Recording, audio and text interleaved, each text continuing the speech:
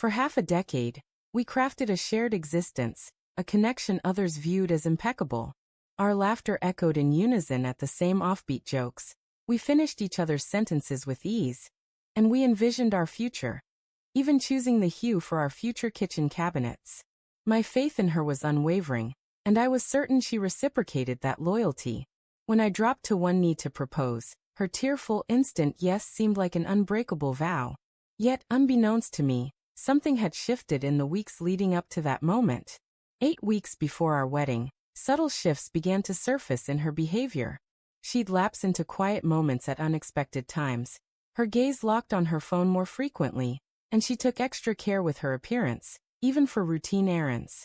I dismissed it as wedding day nerves, the thrill of our upcoming celebration. Questioning her loyalty felt like a betrayal of my own, so I suppressed my growing unease. Our wedding unfolded like a dream, a radiant outdoor gathering with loved ones, fairy lights shimmering as we swayed together. As she walked down the aisle, I believed I was the most fortunate man alive, oblivious to any darkness beneath the joy. 3 months into our marriage, the truth came crashing down. I discovered an old group chat on her iPad, left open after she'd changed her phone's password.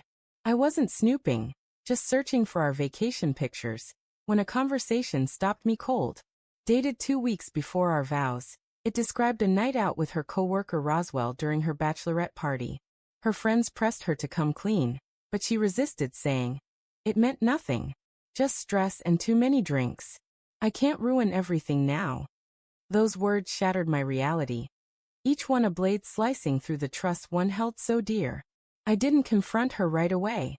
For 7 days, I maintained a pretense of normalcy while my heart wrestled with anger, pain, and disbelief. I replayed our wedding day, her glowing smile now a veil concealing her secret. When I finally approached her, she sensed the heaviness in the room. Keeping my voice even, I asked for the truth. At first she denied it, insisting I'd misunderstood the messages. Then I showed her the screenshots I'd kept. Her expression collapsed from fear to remorse, and she broke down in tears, begging for forgiveness. She swore it was a one-time, alcohol-fueled mistake she deeply regretted. But the damage was irreparable. Trust, once broken, couldn't be restored with apologies. That evening I walked away. I packed only essentials and left, uncertain of where I was headed, but sure I couldn't remain in a home tainted by deceit. Her calls and messages poured in, but I needed space to think clearly. 2 weeks later, we met again. I told her I still loved the person I thought she was, but that person didn't exist. Building a future on such a fractured foundation was unthinkable. She cried, pleaded, suggested therapy, and promised full transparency, but words couldn't mend what was gone. We finalized our divorce 6 months later, a subdued process. No arguments, no public drama, just signatures and silence. Our loved ones were shocked. They couldn't grasp why such a perfect pair fell apart so swiftly. I never revealed the truth.